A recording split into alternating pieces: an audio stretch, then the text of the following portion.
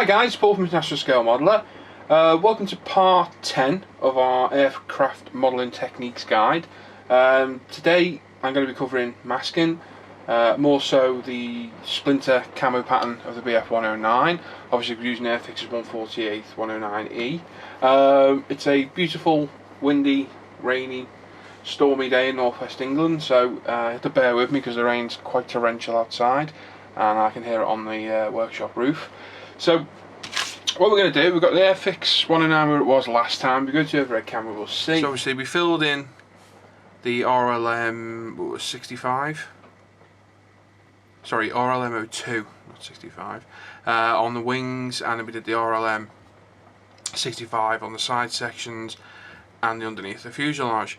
So what we need to do today is we need to mask off these top sections to allow the RLM 02 and I think it's 71 on the top sections.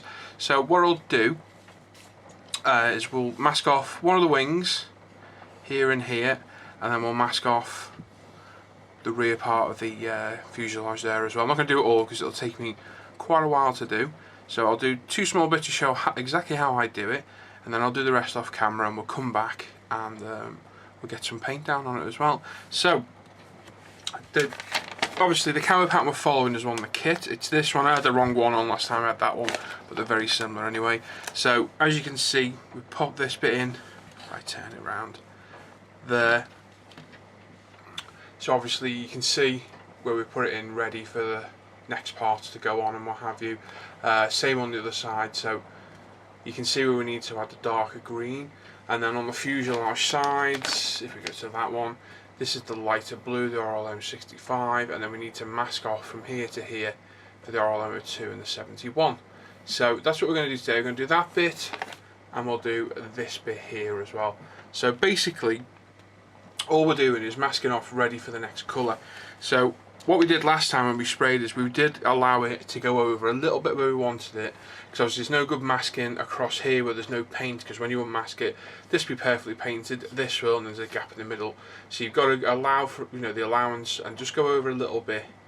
What that means later is you may have to come back and add a little bit of post shading and what have you, just to get the effect back in of the pre-shading, but that's something to deal with once the masking is done. So masking, all various sizes, not super glue, we don't need that.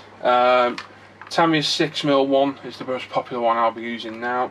I've also got some of the Jammy Dog in like 1mm, 2mm and 3mm, but I don't think we'll need that today. Maybe we will, maybe we won't. We've always masking tape, because this end is always out, because obviously this is where you cut it off. It's sticky, it's going to pick up fluff, dust and everything that's floating around. Always take that bit off, throw it away. Masking tape, get a decent length off. I always tend to put it in the palm of my hand, stick it on, take it off. That removes most of the stickiness, and that allows it not to, you know, stick too much to the fuselage or the wing, and you don't run the risk of pulling any paint off them. Obviously if you prime this, especially in Vallejo primer, make sure you leave it for at least 48 hours with Vallejo, because it has got a habit on rare occasions of pulling the paint off where it hasn't dried properly. This was primed in AK, so there shouldn't be any problems there whatsoever. All I've done since last time, if I'm honest, about an hour ago, I just touched this little area up here because I haven't quite gone high enough for RLM 65, and a little bit on the nose as well, and on the wing root. Just touched it up a little bit where I hadn't gone quite high enough last time on the video. It's quite hard for me to see sometimes when I'm filming, so I always have a good look before I come back to another part. So that's it really. So like I say, get your masking tape off, lose some of the stickiness on your hand or the back of your wrist or what have you, and then it's a case of planning where you need to put your masking tape. So for me, we're looking here, so we've got that quadrant at the top, so pick a point on the model, which for me is right in the corner where those two panel lines meet, because that's exactly where it goes on the kit itself. So get that point on, don't try and stick it down straight away, find your next point, which if you look at those instructions, it's the next panel line right there. So it's a handy reference if you can figure that out. Have a look, and then I like to ease it back both points. Make sure you get it where you want it. Hold it at the back, pull it taut at the front, right across where you want it. And there's one done. Press down, fingertip. Make sure you get all those edges right down. Fold it over and out of the way. Now what you may notice on this, because it's not going to a point, which I find if there is one that goes to a point, there isn't, there is actually. You are allowing for the thickness of the tape, but you may find you might have to pull it back and snip it off to allow the next part to go over, which if I look at it, I think we will. So what I'll do then is ease the tape back. Obviously be aware of any paint underneath when using your fingernail, you don't pull it off. Paint on your fingernail. Just ease it back off. Pair of scissors, as long as you don't take too much off. It'll work great. So what we're doing is we're putting a point at the front, like so. Then this will allow the next piece to go over without covering it up too much. So as we can see, get another piece of tape.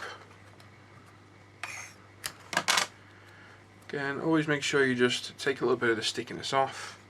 Again, refer to your sections. So what you got here now at the back doesn't quite go over the edge of the wing, so you need to allow for this. So what I'll try and do now is cut that shape with the scissors. Quite awkward to do. I've done it before, so I know I can do it. But that's what I'll always try and do. So if I go and take that round,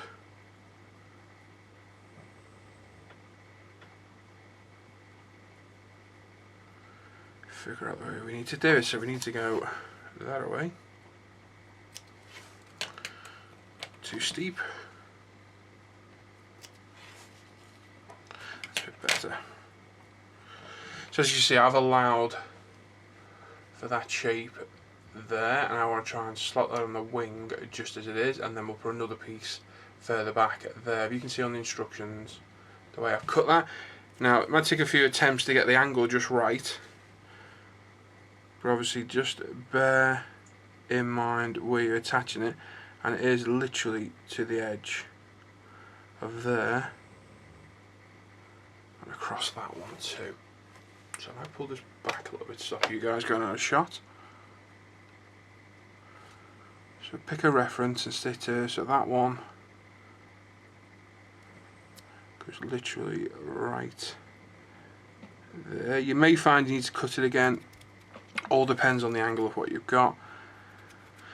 If we look at the top one, that crosses there. So as you can see on this one, that actually crosses over just before those two panel lines meet. So if you use that as a guide, you can peel it back, which will hopefully straighten it up a tad.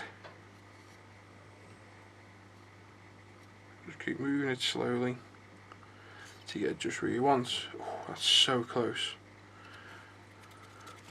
You can see there, very nearly at that angle in one go. So what we can do is we'll just steepen that angle a little bit. Let's have a look to get it where we want. So obviously I've got a bit of artistic license. It is your model. Doesn't have to be 100% perfect. So I'm going to try and attempt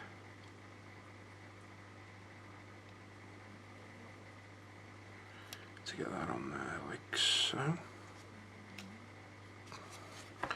Then fold over the front, look at your scheme, and you can see there now where we've got this point here, and looks about right to me. It'll certainly do. And then that part of the back's spot on. So obviously using a bit of artistic license, we've just moved it over a tad, allowing that cut edge. So as you can see, it was quite a good guess, second attempt on getting that, so that's no problem at all. Okay, and then we're on to the next bit, which is just there. So again, because it's on the leading edge, we'll take it right up to the edge of there on the aileron. It's a case of just putting a piece of tape on the edge there, fold it over out of the way, and then it's a case of filling all this in. So this is where your thicker masking tape comes in handy. Obviously you can buy the Tamiya in the Spencer's, which I've got an absolute ton of, or I tend to use a lot, is frog tape. You can get this from Homebase. B&Q sell it. They do it in the thicker one, which is the same thickness as Tamiya's roll, but whereas that's about £5 for a quite a small roll, you pay the same for this. Now I've used this a lot. It was a lot thicker when I got it. It's a very good tape. A little bit too thick for what we need right now. So like I say, using a thicker tape, we then start to fill in the gaps.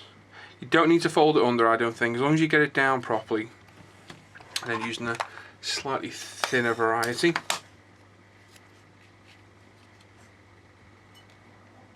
Just start filling in those gaps until you're done. And then one little piece I can see just there.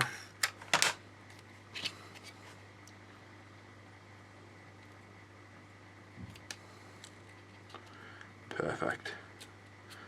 So as you can see, what we've done there, we pre-painted this last time in RLM02. We've now masked that off exactly how we got it there in preparation for the RLM71 here. And then once this part's masked off in exactly the same way, we are there as well. Then it's a case of nice light coats of paint, because what you don't want to do, you don't want to build up the paint too thick on this edge, because when you take it off you're left with a step of paint. So nice and thin, build the coat up until your pre-shading starts to disappear and what have you. You may notice when you move some of your masking, especially on areas like that where I didn't plan, you know, to alter the angle as much as I have, because that is a tiny little bit thicker than that is there. You may need to go back and touch it up, but that's just by the by, it's the way it works, unfortunately. The more you do it, the more you get used to it. So there you go, that's how I mask off the wings. So I'll do the rest of these off camera, and we'll just do this rear section here. So we're on to this now. So as you can see, if I move that out of the way, lift this up, I'll bring this closer. As you can see, basically this is RLM65 all along here, down to the wing roots, and then we've got the RLM02 and the 71 at the top.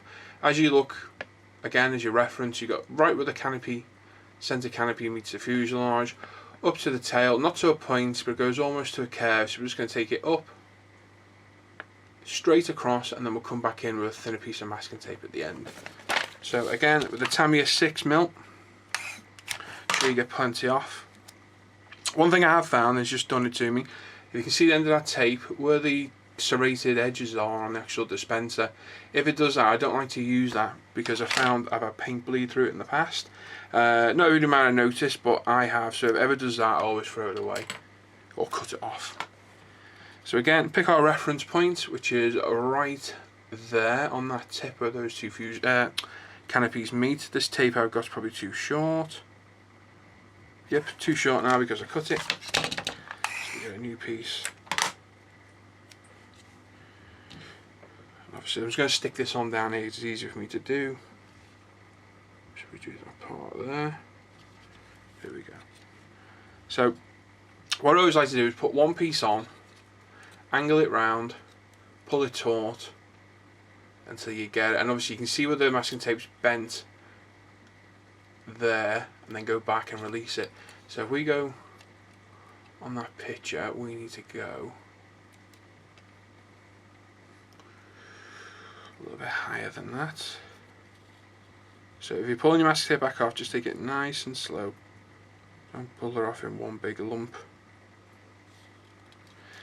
As you can see now, we've got that little curve in the masking tape, so get some tweezers or wherever you've got a hand, which for me is a pair of scissors. Just ease it down till you're happy of where you got it. I mean, this was freshly painted an hour ago and I can take the tape on and off and it's not pulling the paint off. So it shows you how good that AK primer actually is. Just keep moving the tape around until you get exactly where you want it, which for me is right there. Make sure your line's straight all the way up, as you can see. As you can see there, we've gone right across, leaving that part there. So that's that bit fine. If I quickly do the other side, I can then show you how I loop it over. So I'll do this a bit quicker off out of your shot for speed.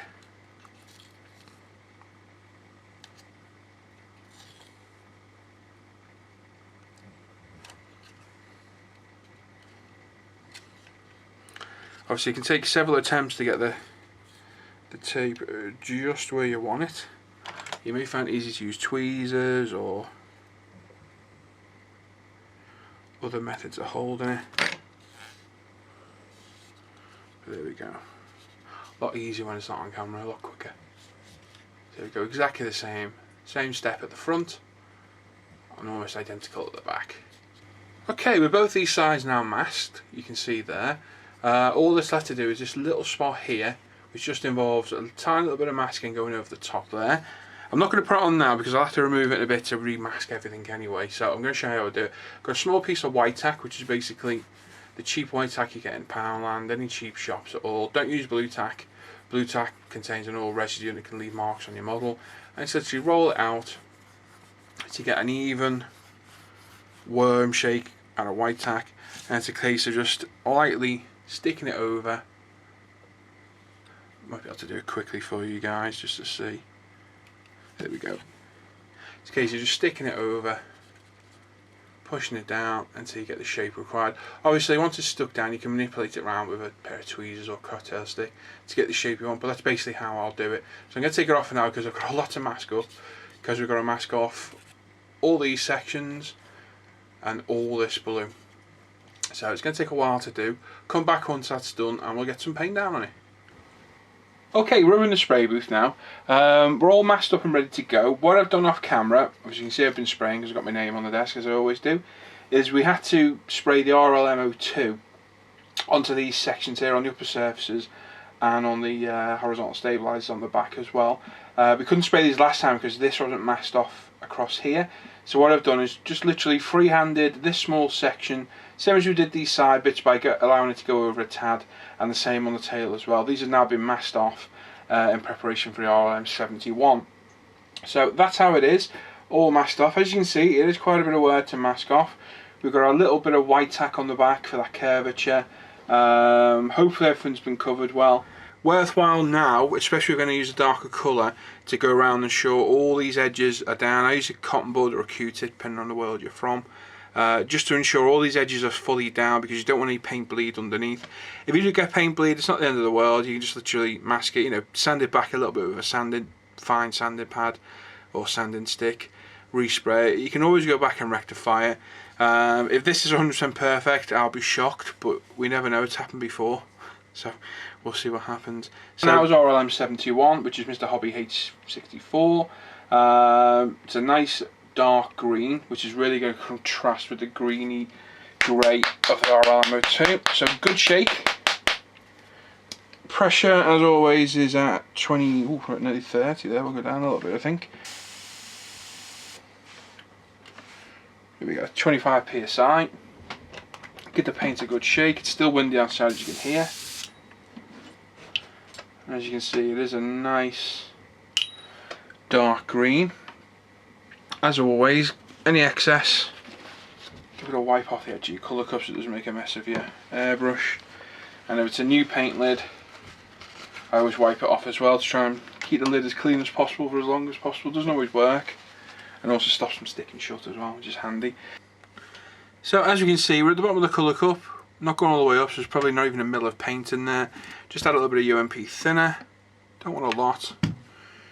You want it thin enough to cover properly, but also not thin enough. You want it thin enough to allow the appreciation to show through, and thick enough to allow it to paint properly. So that's probably a 50-50 mix. Tell by writing it on the desk like I always do. So pull it through and see. That needs thinning more, I can tell straight away. Yep. Mr. Hobby paint, you can really hear it when it needs thinning. It's really good paint to give you an audible reference, because you can really hear it struggling, and you'll also notice overspray, which I can see on here. You guys probably can't see it. There we go, that's better. So that's thin enough. Put the booth on. That's that. So, now because we've got mast areas and we've also got the canopy as well, especially on the canopy, we don't want to be blasting paint in there, because all you're going to do, you're going to force it up into the cockpit or under the masking. That centre section's loose, so I have to be careful when I'm spraying that. don't want that to fly off, so it should be alright. Same on any mask sections, we don't want to be spraying massive thick coats, because when you unmask it you will get a step in the paint. So as always, 25 psi, make sure your paint's pulled through, which mine's decided to block. There we go.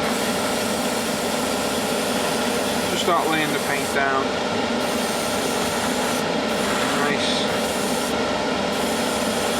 Nice thin coats, building it off. Once you get a decent coverage, I'll move on to a different part. You get leading edges of wings.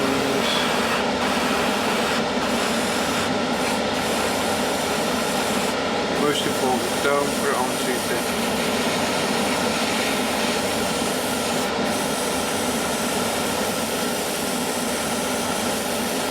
It's just a case of going round until you're happy you've got it everywhere.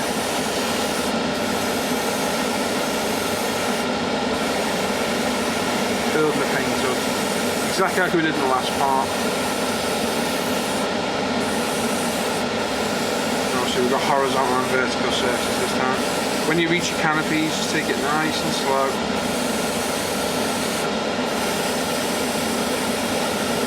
Really don't want any thick coats on the canopy at all.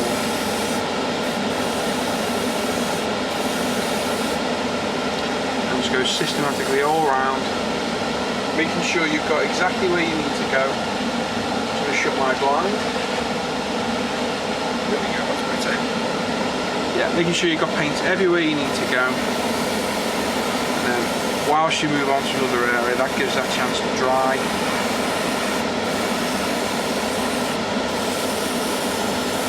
Then you can come back and thicken it up next time around.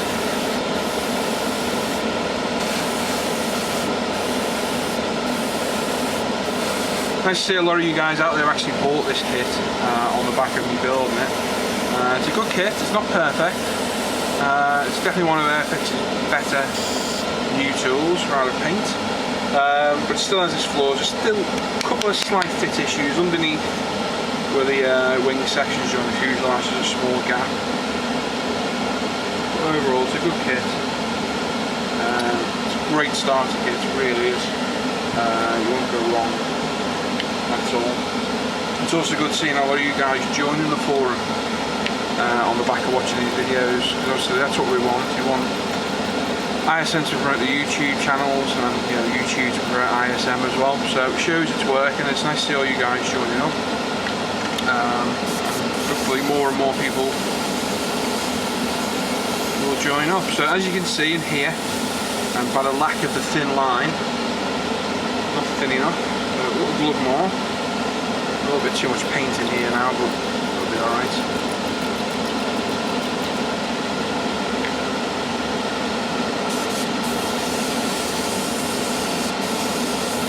There we go. So obviously, the more full your colour cup is, be aware of it, because I've done it a couple of times now. I spilled paint on a model, and it's absolutely soul destroying. Do.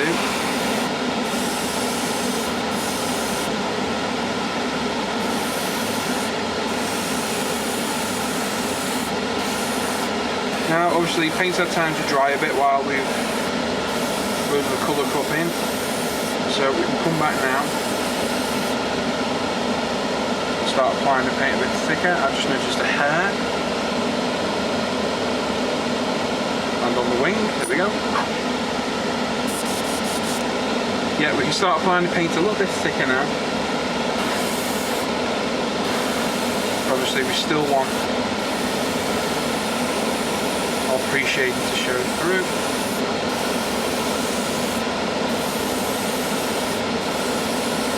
You just want to build it up so you can just about see it and no more.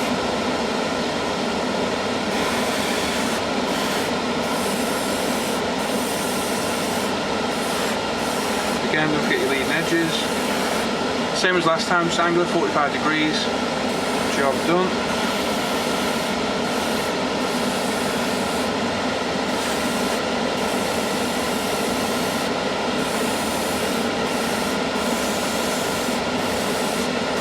automatically go all around the aircraft. Make sure everyone's got equal coverage and there's no pre-shading showing through too thick in certain areas. If there is, just give it a light blast of paint.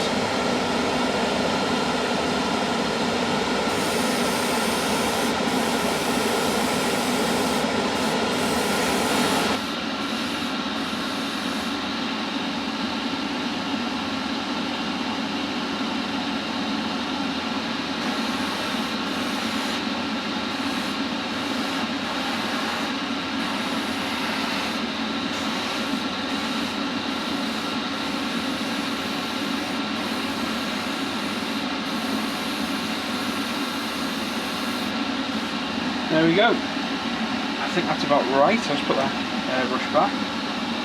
So, as you can see, the green's down. I can still see the pre-shading, very nice. I was going to post-shade this, but to be honest, there may not be any need, because it has gone through real nice. So we'll see what it's like when it's unmasked. But I don't think it'll need it, to be honest. Obviously, keep looking around the models. Like I say, you will notice things that might need touching up and what have you, or some of that hasn't got quite got enough paint on it. And now's the time you want to add it. You don't want to unmask it all, and then empty the colour for clean airbrush to find you've missed a bit. So I think that will about do us.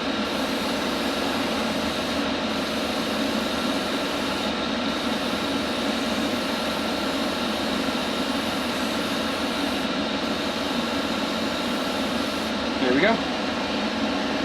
So leave that to dry for at least 20 minutes or so. You can take it off while it's wet, the masking, but I prefer to leave it on. And what we'll do is we'll go back over to the bench and start taking the masking off. Okay, back over on the workbench. 109's drying nicely. It's probably it's only been about 10 minutes if I'm honest, but I know I'll be alright to unmask it now. Unmasking, take it nice and slow. Don't be ripping the masking tape off. Don't be doing like a plaster or band-aid where you just rip off in one go, because that's when you're more than likely to take paint with you. So what I'm going to do is going to move this camera up a tad. There we go. I'll start to remove some of the masking. We'll start with the top side of the fuselage. So just be nice and gentle. Like I say, you're not trying to rip it off. It can be quite fiddly to get off, especially when you mask it as well as I have here, which isn't always the greatest thing in the world. Hopefully you'll get clean demarcation between the paint colours like we have there, as you can see, between the RLM02 and 71. So that's exactly what we're looking for. Like I say, if you do get any bleed through, and I may well get bleed through here, it's not the end of the world. You can literally remask it and start again. Let's do one of the wing sections. It's just a case of remasking both sides and spraying it again. Sorry, I shot there. So like I say, it's not the end of the world if you do, but it's always nice if you don't, and fingers crossed we won't. We'll have nice sharp splinter camo like we've got on the wing there, which is lovely. And those Mr. Hobby paints are very nice because it's almost like a faded effect, obviously with the pre-shading showing through, which is just what we want. Onto the front section. The beauty of acrylics and why I'll never use enamels is just the speed that they dry. Second to none. You can just literally start spraying again. Now, like I said before, I knew this one was going to be a problem because we have to change the angle of this. We've got a little bit of paint wet that's been missed off, so all that's going to need doing is just masking up tight to the green and a light coat of the RLM02 again. I knew that was going to do that because we moved the masking tape further over than I wanted to. Everywhere else hopefully will be okay, but not the end of the world. It took me about 5 minutes to fix. Really not any trouble at all, but I had a feeling that part was going to be a bit of a problem just by me trying to get that straight edge into that recess. Caused that, obviously, because when I sprayed it in the last part we didn't allow for that. As you can see, quite a lot of masking tape, so can take a while to get off.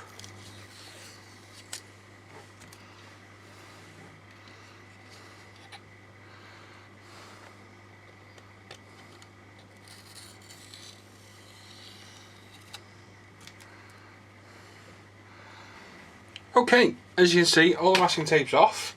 I went right back and touched up that wing where we had a little bit of mist paint, and as you can see, you'd never really see the difference. Pre-shading shown through lovely, just as I wanted. I think I will add a little bit of lightening to some of the paintwork. I'm not going to add post-shading because I don't think I've seen anywhere yet that needs it.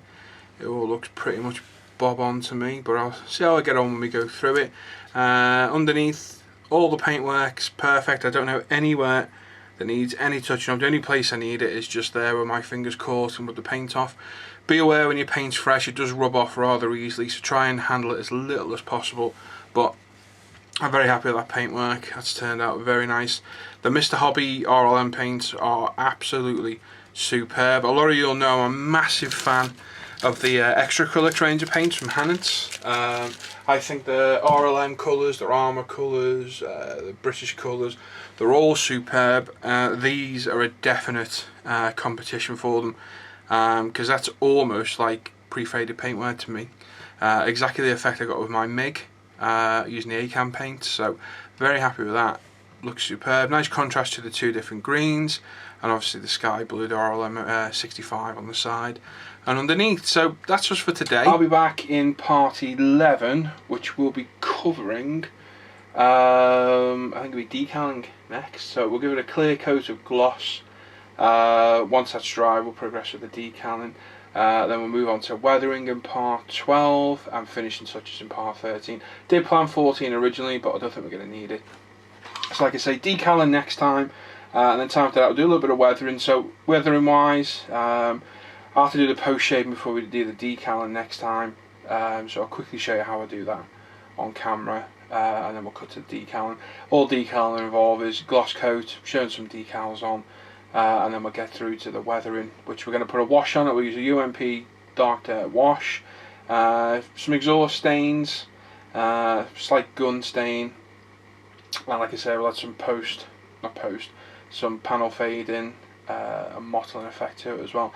I'm not sure if I'm going to do the mottling on the side yet. I'm not a big fan of the mottling on the side of the 109, and to be honest, I absolutely stink at doing mottling, so definitely not my best technique, but we'll see how we get on. I'll decide next time and we'll see. I do prefer the look of them without it. Not my best piece of work this, I'll admit that, but like I've said all along, I'm only using it as a test bed for doing this, and I'm sure once it's complete, I've already got 2 of these things, it'll become a test bed for washes and other paints and what have you. But it's turned out very well. I'm very impressed with that paintwork, very impressed with the Mr. Hobby RLM colours. First time I've used them, and they do look very, very nice, so quite impressed by that really. So I'll be back next time, part 11. Going to get them out quite quick, because as some of you know, I'm going to start doing video builds for ISM, so I want to get this out of the way so we can progress on them. I've got Great Wall Hobbies F15 on its way to me, so really looking forward to doing that. So like I say, 3 more parts, 3 more half-hour, 20-minute parts, and this will be done complete. So I hope that's helped you today with your masking, a bit more airbrushing as well, and I'll see you soon. So catch you later guys, and I'll catch you on the forum.